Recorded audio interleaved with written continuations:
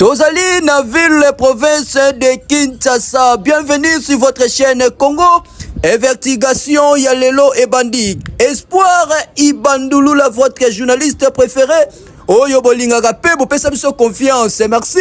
Na fidélité tika kimia ya Kolonzambe ekoba toujours koingelaka o mabota mabino. Tozali bongo na district ya Tchangu mingi na commune ya Njili quartier 7 na cour de cassation de militaire ya quartier 7 na commune ya Njili pe wapi ndenge bozali komona déjà bakuluna oyo babengaka roi topena général oyo bakangaki bango kasi bokolanda nini oyo esali ke bakanga pe basambisa bango na chaîne na bino bolinga pe bo préféra Congo Investigation TV ndenge omoni bamukokoli bango très grave boye tikana bisa bino ke ezali na deux personnes tope deux kuluner oyo bazali awa bango na barando na bango oyo bamesana kozala na yango entre Masina quartier 2 na quartier 3 sikoyo yoka lisolo bango bamonaki jeune moko minere abandaki kotambola mbala moko bakangi ye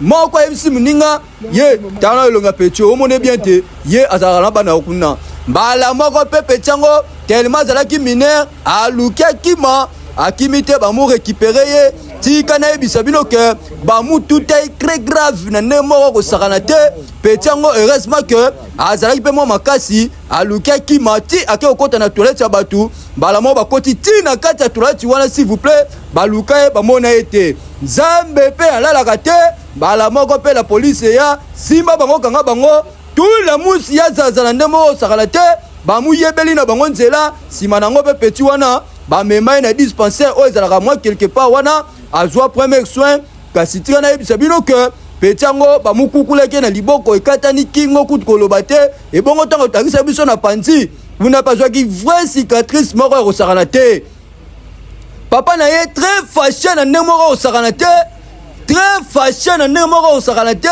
pili popo atiela bango mayele alanda bango ti esika oyo bakendaka kotia base na bango avanda alandela bango nde kosala ke aye komona deux jeunes garçons s'il vous plaît amukangi bango très fort ye alobi akomema bango na commune Masina te amemi bango bamoko na district awa ndenge bomoni bango ye wana bavandi oyo bamukokoli na nsima kuna na peti na ye oyo mosusu wana atie liboko na litama okanisi esili bango tete tangu pe bakosambisa bango bokoyoka bino moko ndenge bakobanda koloba moko nsima mosusu eyolakisa pena ke baza bavrai bakulune na ndenge moko kosakana te mosusu alobi bango bayebi kuta te eloko te tulanga lisusu nini eloko sepe biso ezali ke bato mpe su ya service national batie bango lisusu charge babi ke bango baagresaka bandeko ya service national oyo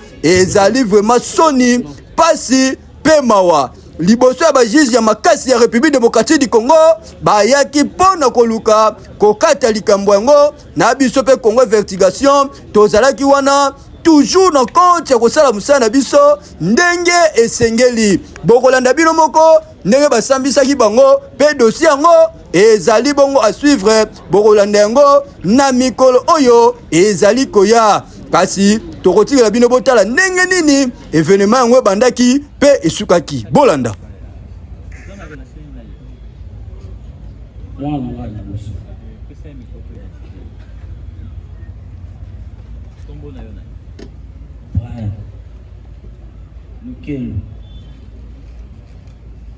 Lukelo Kosi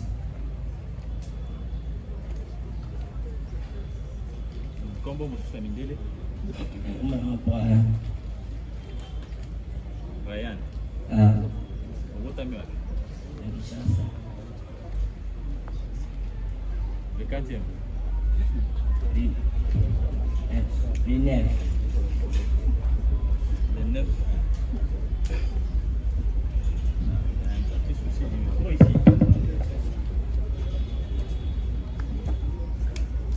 Le 9 il y a Sanzani ya Uchamo 8e mois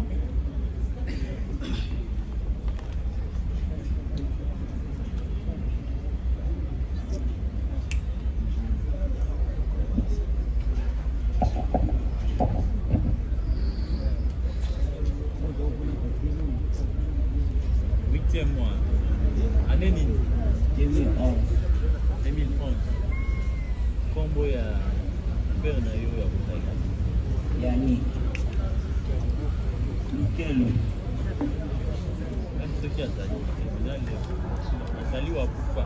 Azali. Kombo ya mama mobutu na yo mère na yo.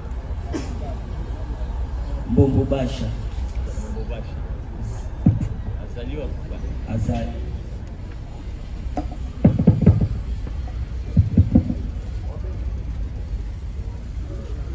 Vous êtes originaire de village.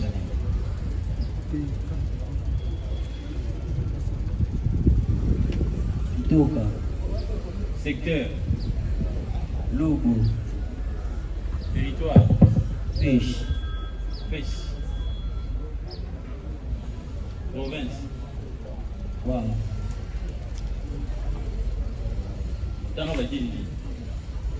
Elec. 4e. Dans 4e, dans élève. Option nini?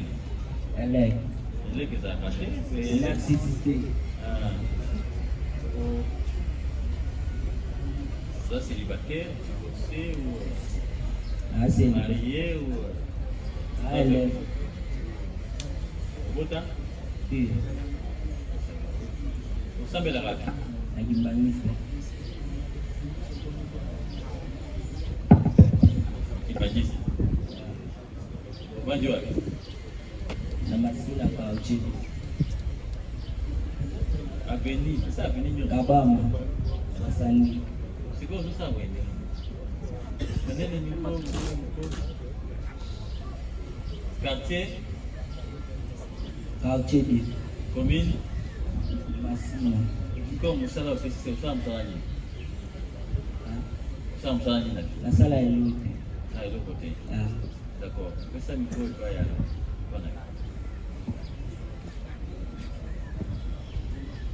Oui, pour ça, là. naye porter des messieurs plainte. Tu vas pour te rappeler, c'est oui, pour ça, là. Naye suivre le dossier avec des messieurs dans les autres. Pas des messieurs, mais va aller au salut. Bon.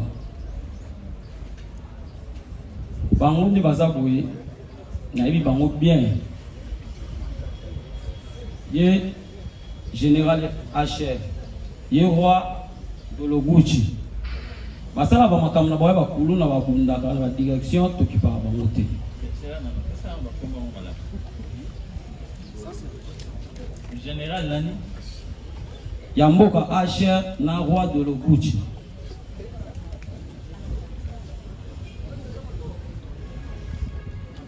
Général H. Oui. Comment on est H? Ah, oui, bien, moi. Que ça est appelé comme on a. Oui. Ah, oui, bien, moi. Vous voyez à qui tu connais comment. Ok, ça va. Général HR et puis mon sous-souverain. Roi Dologuchi. Roi Dologuchi.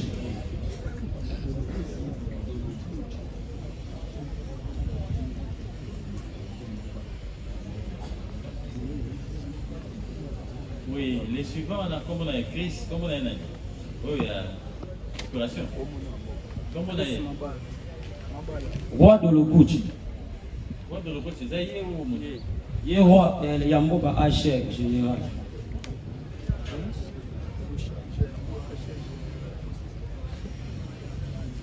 Oui, c'est quoi? Quelle est l'incidence de ces noms-là sur le comportement? Et bien, ça y est. Bango nde bamibengaka bakombo na bango na quartier koma ya bango babanda kobunda bakobanda Quartier ni na comment il y a bon.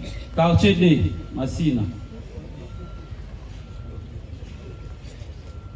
Oui. Bakobanda kobunda bakuluna na bango wana tokipa bango te. Muzali na matanga epa na biso baleki bateka na Pascal. Tokomi 17h30.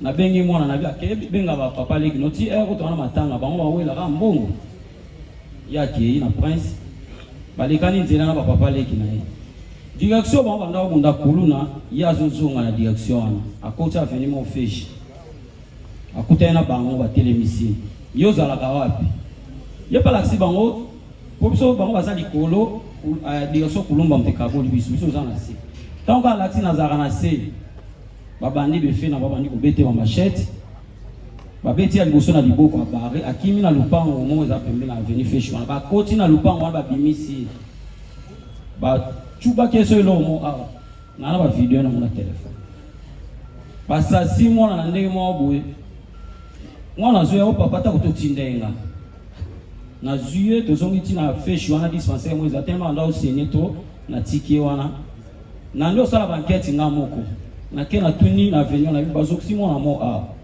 bango ata ba boteli mutu telefone ata ba sayo likambo tuni na venya ba olobate ngabe tellement na za mutu akarchiona bato ndo bisanga tala mutu asali mo anoza Général HR na Dologuchi mais so fundi bango na komi ba okanga bango te so bengi ka ba police ba osimba bango te na zo maîtrise na vite ba vanga na zeli to kundi matanga na ndio landela bango muninga ba omongo na bisi na bino weba ka baninga no azokse mwana na bite fe biso zaki te tokena la sokote bazala ba pesi na identification ne babi a uta ka quartier 3 so ya sali makambo to azongi na quartier 3 na be oke la sans place bazala ba binga na dispensaire na se na kutiye ona yeba kete na kutiye afuka misi muninga ba kange ba singa to sambisa e ngape na tali na sali sambla yemba mo abenga président wana na place ni na dispensaire na se donc auto dépend ma kala na sima na kuti akanyi muninga ba singa to sambisa avali na kiti bilemani patem pembeni ya benga président boni na bibien outu na kosi wote na uti kinkoli outi cimetière na ndimi pe outi cimetière président photo solo là na ba problème te na kenanga na raisonner na raison tuma bisina bi muto okanga bango ba za GG po yena bango ba yo kana te ndena kende na signaler commandant GG na bitala bana na basala emo na bi atika na okanga bango ndeta makangi bango abenginga donc naza likambo kosi la bango te na landeli bango tamulai ngamoko na yana vai na bango moko solo ba mwana na faito boma to kende 1-1 ba wana ba ebitike basala emo na ngapi na vai na oyo kana na ndenge ta kushesha kangi bango na ye na kasho na tuna bango bino zokse mwana yazo ebisanga mwana na bunda kuluna yibi biloka banega yebi mwana ngo zoksaki ona yebi ta ona na mwana awa ya ona na tuna so mwana zaka kuluna atikala awa na zo eloko na epo na liboso na bino l'État azo soin ya bateau mibale ya bateau mibale o quartier wana babanga bango baloba makambo na bango te atanga na kangisi bango ebele ba okamba okangi bango ndeni ya ibisenga papa na bango za mbongo ebele atana mimi wa papa na bango boya yonga na tena bina okena ngai musika tena ni kana njili papa bango ya obimisi maboko na bino ça me toka oui tout ça là participer c'est qu'on se peut participer ça pour na tinani pona tina mibale basali yo bakalanga na direction na fish avenue fish oyo zana ngo za bango bakala yo za kidate ni zali le 26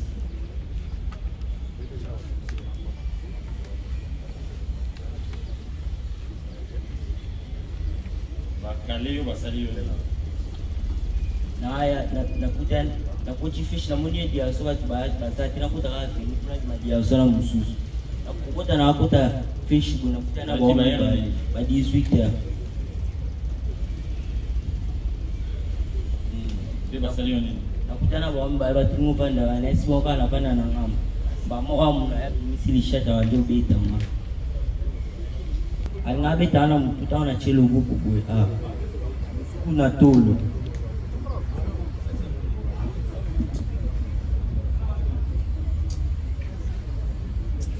na na c'est cicatrice za ni tama za bango. Pour docteur ana bakisa abitanga ka mbao.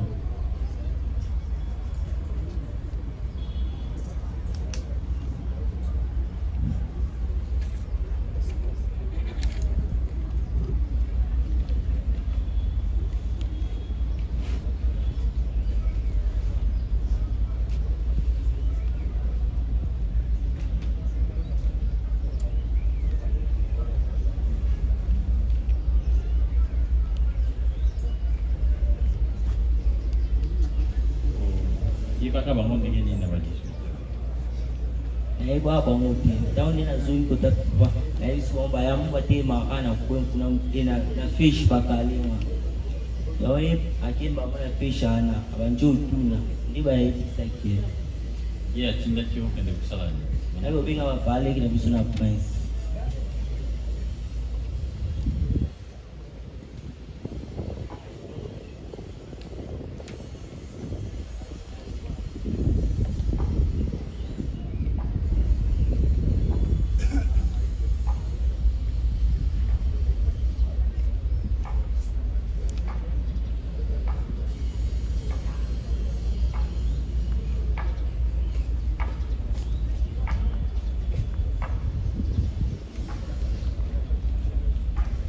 Si on va terminer avec ça bango. Bon. D'accord. C'est ça bango. Et lorsque on a vu que yédi muta papa ici, mais c'est quoi?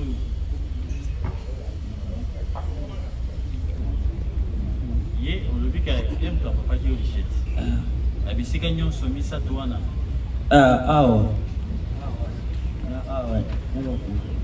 C'est quoi yo mususu wana asala kioni?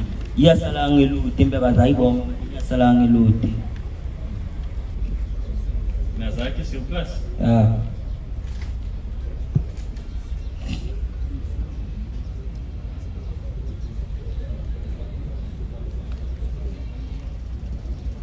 Donc à ça, l'autre côté.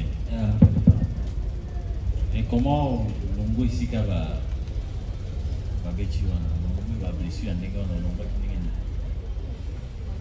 Batu mo bazakana baya bapekisa bambu bakamana bombi subayana ukima na kimna acha lupao wala ninga china acha lupao magana bayinde bazaki bile ku abimisinga ubimsabisinga na bu na lungulba mwila mana chikeli bona lakini na simanda kwa magana bata mina uisi.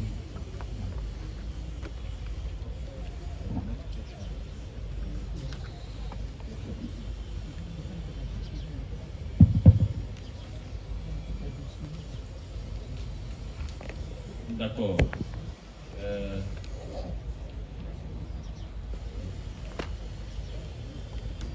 L'artiste le parti pour veiller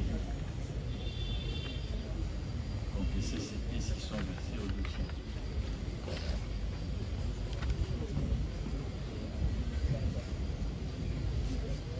D'accord. Donc il y a un avis non? Jana bata mina nasima na wisana wanjulu ba monte babiseka sutimi njoa tena bata makuna apone na ebima bayamo bali bali kichina china prince.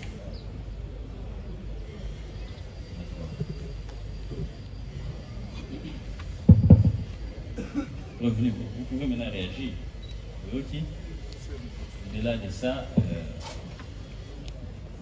vu au papa qui est dans ma machette, elle vu avec précision, qui est machette.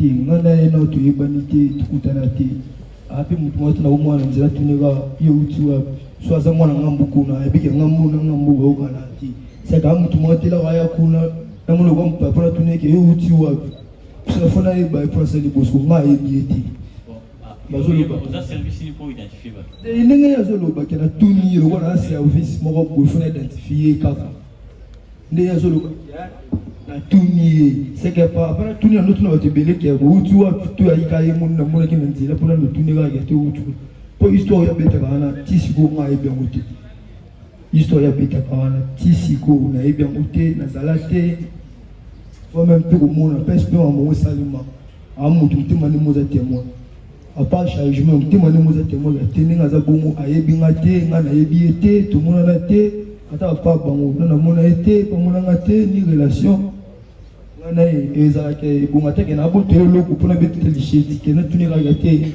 outi wapi ozalaka wapi moma lala tuni outi wapi abiki ati kuna na se na kuti butumeza aloba aza na se omwa kena so na tozaka masonge masonge oyo tozolobana ani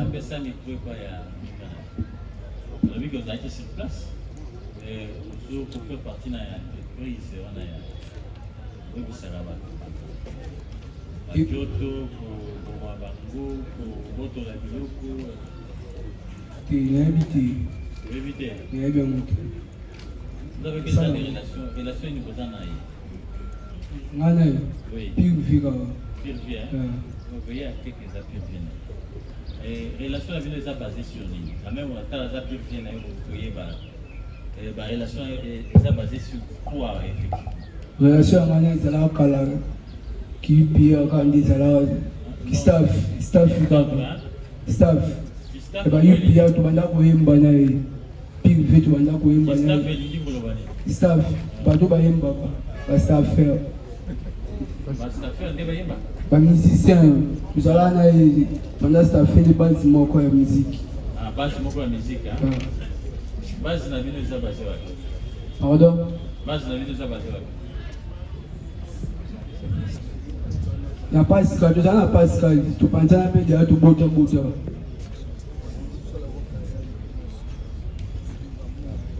Oui. Relation na ngana tu ibana ka ngwa tu pensa na pe dia tu bota tu chikala kana relation tu kuta nyimbote. Ni tu sala na tu termina et ta monde parce que ba ikanga bisu.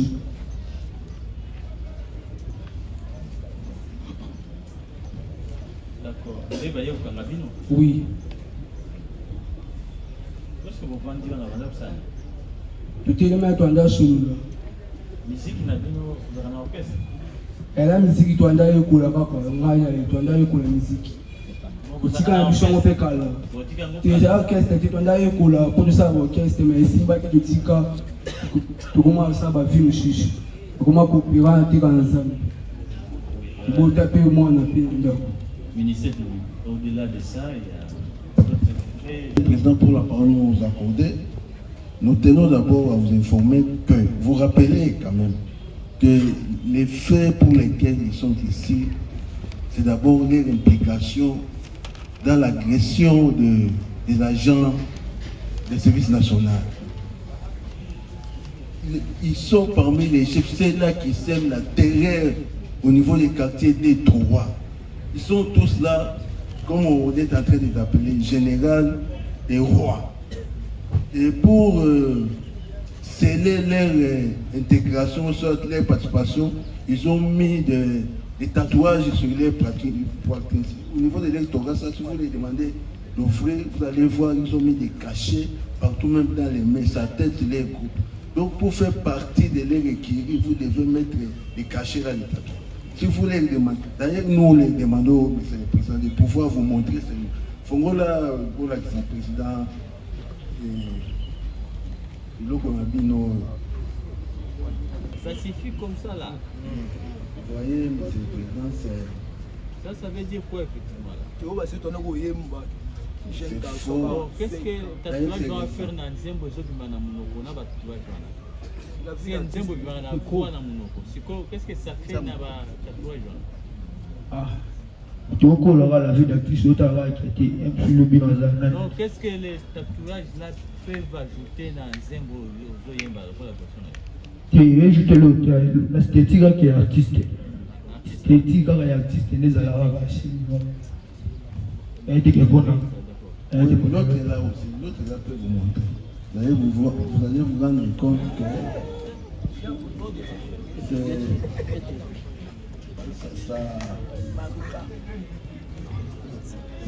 ça scelle leur implication comme chef de groupe, comme roi, tout ça. Donc c'est pas enfin qu'ils mettent tout ça dans ce monde. Nous tenons à vous informer qu'ils sont parmi les chefs, c'est là qui sèment la terreur au niveau des quartiers des Trois, plus précisément au niveau des boulevards. Donc ce sont eux qui avaient agressé les agents des services nationaux. Ils ont été répertoriés par les services des renseignements. Donc ils étaient recherchés comme vous les voyez là. Dieu merci, ils ont été arrêtés et acheminés par des vents. Donc vous allez comprendre que, à part ces faits-là, ils sont aussi recherchés pour d'autres faits, comme les cas de ces pauvres garçons dont il y a des blessures partout dans les corps. Monsieur le Président, si, comme d'ailleurs il n'est pas là aujourd'hui, mais ils ont été vus, ils sont même connus par les commandants, les majors Kabasele. Les majors Kabasele, les commandants du quartier 3. Ils sont connus, ils sont dans leurs fichiers. C'est pas facile pour les arrêter, Monsieur le Président. Nous vous disons, c'est pas facile. Il faut mobiliser la force pour les arrêter. Sinon, vous allez rentrer avec des blessures. Dieu merci, ces jours-là, son unité n'était pas vraiment réunie et ils ont été récupérés. Voyez, la déposition de deux partis civils ici atteste de leur dangerosité au niveau de la société. Donc, ce sont des gens à craindre. Ils ont été vus d'ailleurs, les informations de possession, ce sont eux qui ont commencé les désordres au niveau du boulevard, avec des jets de pierre, avec des machettes et tout ça. Voilà, Monsieur le Président, nous n'allons pas vous prendre beaucoup de temps parce qu'il y a encore d'autres victimes qui sont là et cela nous suffit. Réaction à Bino. Au ministère public, au-delà et à moi, vous faites partie à Batou. Agressé qui c'est agent service national, bazo tia propriété, puis nous agresser bango na mapanga na machete.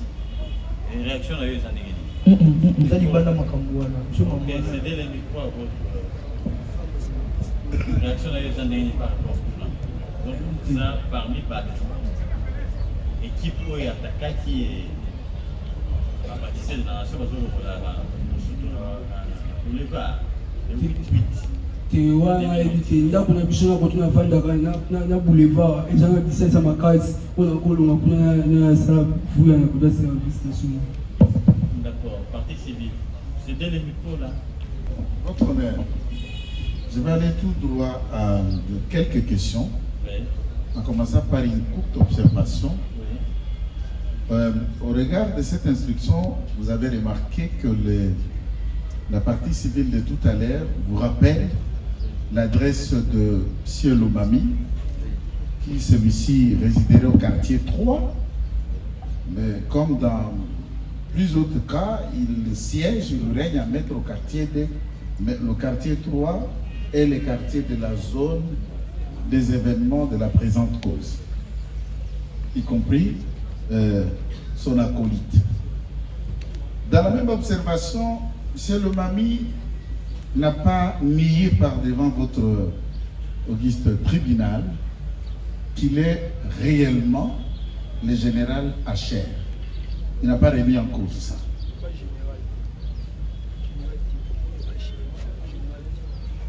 Roi, général et un autre comme aussi Sarba, autre chose là, que son acolyte se rapporterait. Ma première question. Okito, alias Roi Hacher ou Général Hacher, est-ce qu'il peut dire au tribunal qu'il a-t-il comparu et poursuivi comme prévenu devant le tribunal de grande instance de Kinshasa Matete, à la place 7e rue commerciale, comme faisant de la bande qui ont achevé un citoyen dans le quartier 7e rue industrielle, autrement dit appelé Sie Wapanga. A-t-il comparé dans cette cause puisque j'y étais? Je sais pourquoi je pose cette question. Est-ce que vous comparez ça à la carte de procès pour la voiture ou Wapanga? Même pas moi on appelle bien monté. Il a répondu à sa manière. Exactement. Comme il a répondu à sa manière, ils ont été chacun condamnés pour la peine de mort, s'il peut le dire. Comment s'est-il retrouvé dehors? Il n'y a pas longtemps.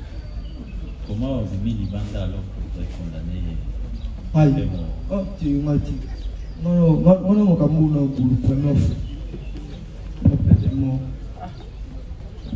première fois, on a télé. D'accord. Oui, c'était le micro, oui. Ce sont ces réponses, je n'ai pas les commentaires, on va tirer les conséquences.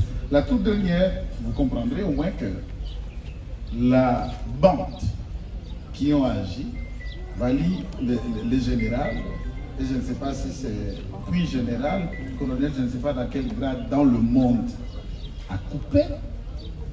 Cette victime vient attester les atrocités contre leur intégrité physique dont les agents du service national ont subi, et votre tribunal tiendra compte de la dangerosité de nos compatriotes qui comparaissent par nous. Et il est démontrable qu'ils sont cruels. On compare, c'est vrai. Vous êtes des honorés membres de la composition de ce précieux tribunal, mais aussi père défendant. C'est la grâce de Dieu que celui-ci a survécu peut-être. C'est la grâce de Dieu. Peut-être qu'on allait parler d'un cadavre. Eux ont le courage de le dire. Et combien ils en ont déjà envoyé au sépulture? Combien ils ont déjà renvoyé aux hôpitaux?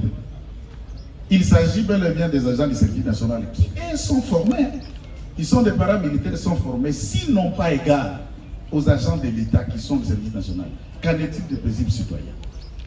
La population vous regarde puisque c'est une gangrène qui nuise au quartier des Trois par leur dangerosité. Dans la manière de dire, d'apprécier, de traiter de ces faits pour les confronter au droit, notre mot de la fin, c'est de dire au tribunal de tenir compte de la paix sociale pour extraire certaines gangrènes dans la société pour que la paix sociale reprenne au quartier. Vous avez continué.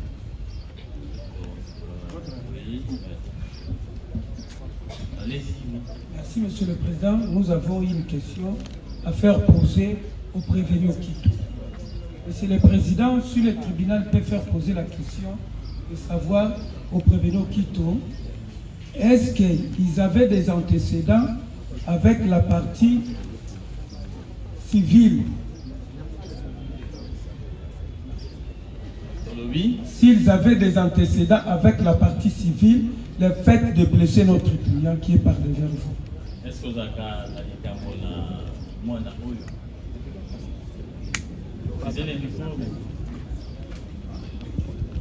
il y a une question à l'Ibosu. Donc, on a été, on a été, Koutanega, Fabon, Mouniga, Nalandinga, Naebiete, donc, Likambongo, et où tu l'as vu?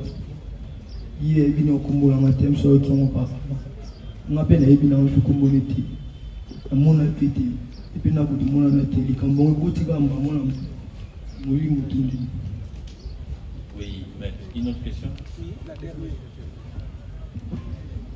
Pourquoi vous avez accepté de réparer ces blessures à peine? On a une thématique pour réparer la blessure sanitaire. Qui peut demander la stabilité.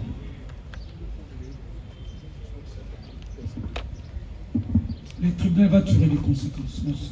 D'accord. Oui.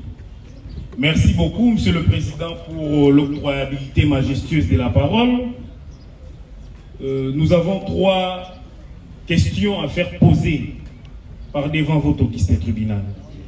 Mais avant de faire poser ces 3 questions, nous aimerons faire une petite observation par rapport aux déclarations faites par les 2 parties prévenues devant votre auguste tribunal. Est-ce qu'il y a moyen de poser d'abord des questions après les observations par la suite? C'est pas important. est-ce que vous pouvez faire poser la question au prévenu Okito s'il peut confirmer qu'il connaît notre client par devant vous? Est-ce que vous avez vu moi dans la partie civile?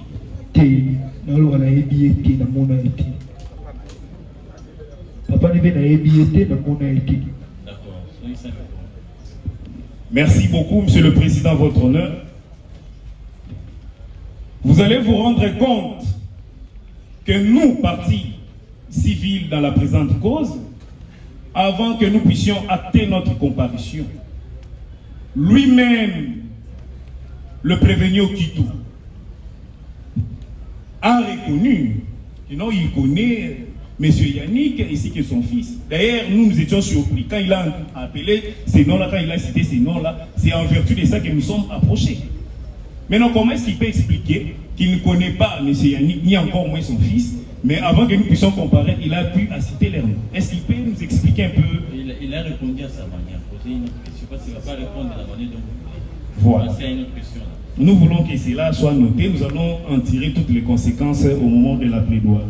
Petit tout à l'heure, on a musique n'a eu. Pour quartier témoigner. Quartier témoigner. Pour quartier, tu dois évoluer dans la quartier, sur la quartier. On va revenir travailler. Elle a tout fait avec qui on m'a bien le plus. Il a bien le travailler. Il est à la carte, mais moi, je suis dans la téléphone. D'accord. Merci beaucoup, Monsieur le Président. Nous vous demanderons que ça soit acté. Et la toute dernière question, est-ce que le prévenu Okito peut-il nous dire combien de temps que leur amitié a pu durer avec le prévenu Mbala, depuis qu'ils se connaissent? Amitié n'a bien essayé combien de temps? Amitié à Manaï, pas à la quartier D, il n'est pas à la quartier D. Combien de temps est-il? Tant le plus pénalité, c'est que tous les quartiers mon corps, tous les quartiers mon corps. Vous même coutouiller Gotaza, Gotaza ton qui est plus bon. N'en est assez. Il me dit si on dit comment VO, pour VO pas habillé, VO il pas habillé, mais moi n'a habillé. Il me dit ça comment VO jouer à qui qu'on change biseau. Ah, jouer à qui qu'on change biseau. Les piscines au VO moi dans la c'est qu'on a des temps changer biseau n'est pas pour moi vie. D'accord, remettez les micros, oui. Merci beaucoup, Monsieur le Président. Nous commençons à chiter ensemble avec vous. Trois questions maintenant. Non, la toute dernière, Monsieur le Président. Oui. Cette fois-là, c'est à l'égard du prévenu Mbala. Mabala. Oui. Communément appelé Dorobuchi, le roi. Comment est-ce qu'il peut nous dire quel est le genre des relations, ou bien comment est-ce qu'il peut nous expliquer dans quel cadre qu'il connaît notre client, le père biologique de notre client ici qui s'appelle monsieur Lukelu Yannick. Est-ce qu'il peut nous dire dans quel cadre, comment est-ce qu'il connaît monsieur Yannick Lukelu? Oui, Yannick Lukelu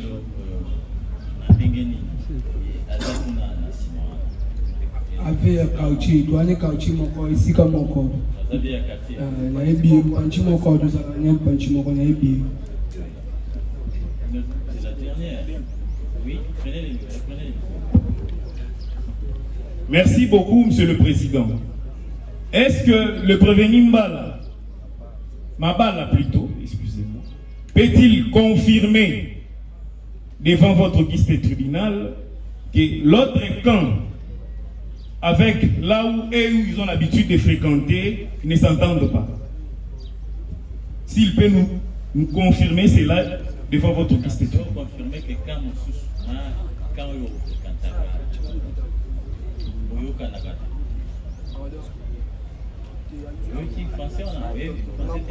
est-ce que vous confirmez que quand vous fréquentez, quand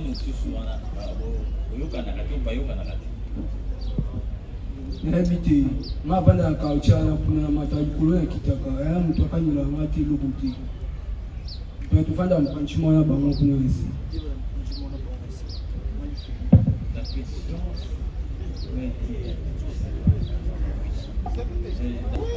C'est bon, dans le tribunal, ils ont posé ma question, ils ont répercuté la question par là, et ils ont... Oui, et la défense, vous avez quelque chose à ajouter? Oui, Monsieur le Président. Vous avez les micros, allez-y. Nous voulons faire observer au tribunal que les deux prévenus par devant vous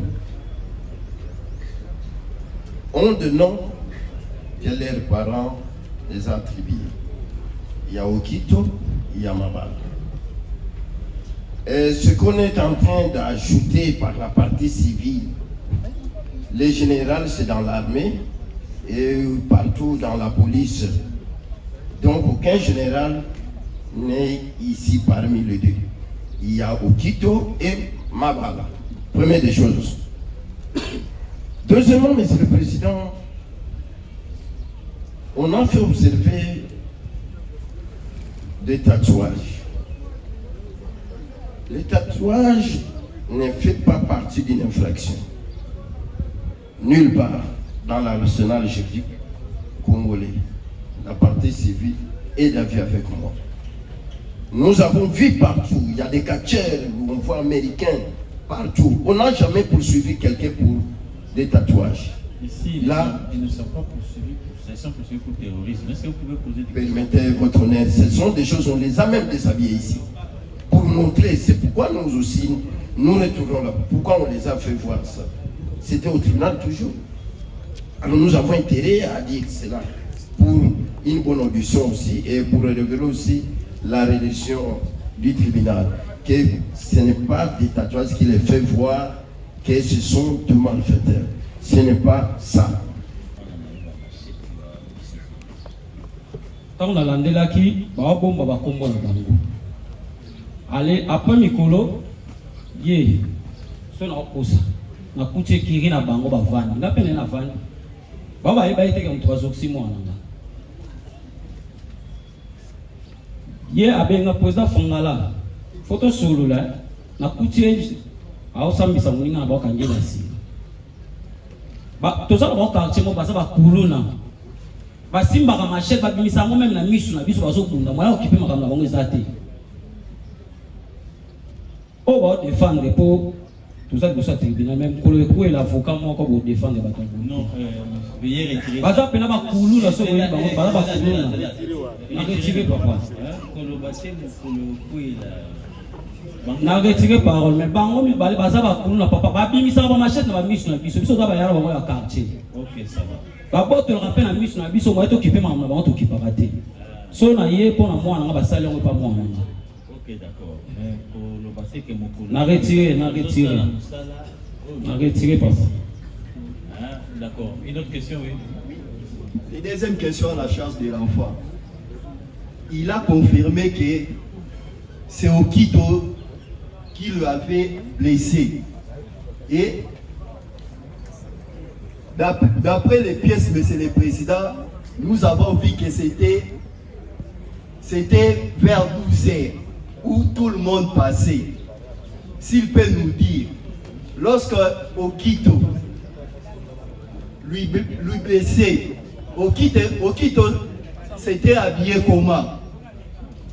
S'il peut dire ça. Alata pula noir.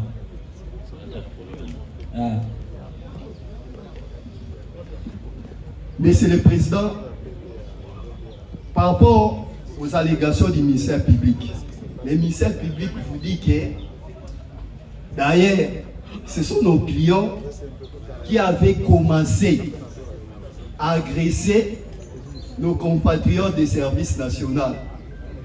Alors que, Monsieur le Président, les témoins qui avaient procédé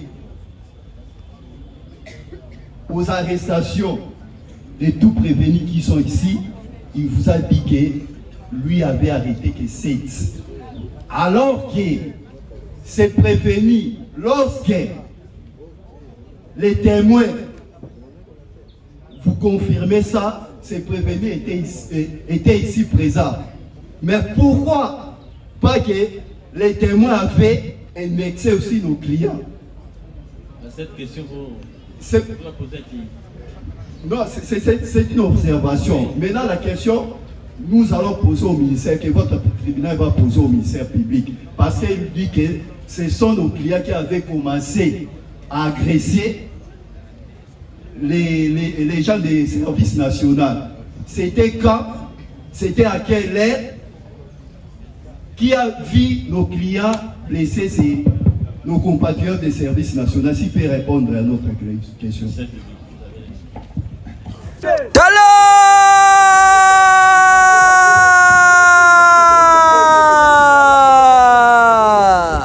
dossier oyo bakonzi esengeli vraiment kolandela ngo de près po batu ya boye esengeli bazala musika ya population po bazali belema dangereux na ndenge moko kosakala te po bomoni bilo moko na nzoto na bango bien ba tatouage misusu pe balobi ke bazali na bango ba musicien soko landeli bango bien musique na bango ebeta ta place moko te s'il vous plaît zokande baza ba vrai bakuluna dossier oyo tozolandela pe tozojimele yango biso tokosalela bino musala kaka ndenge esengeli po boye kitoko te esali vraiment mabe makasi.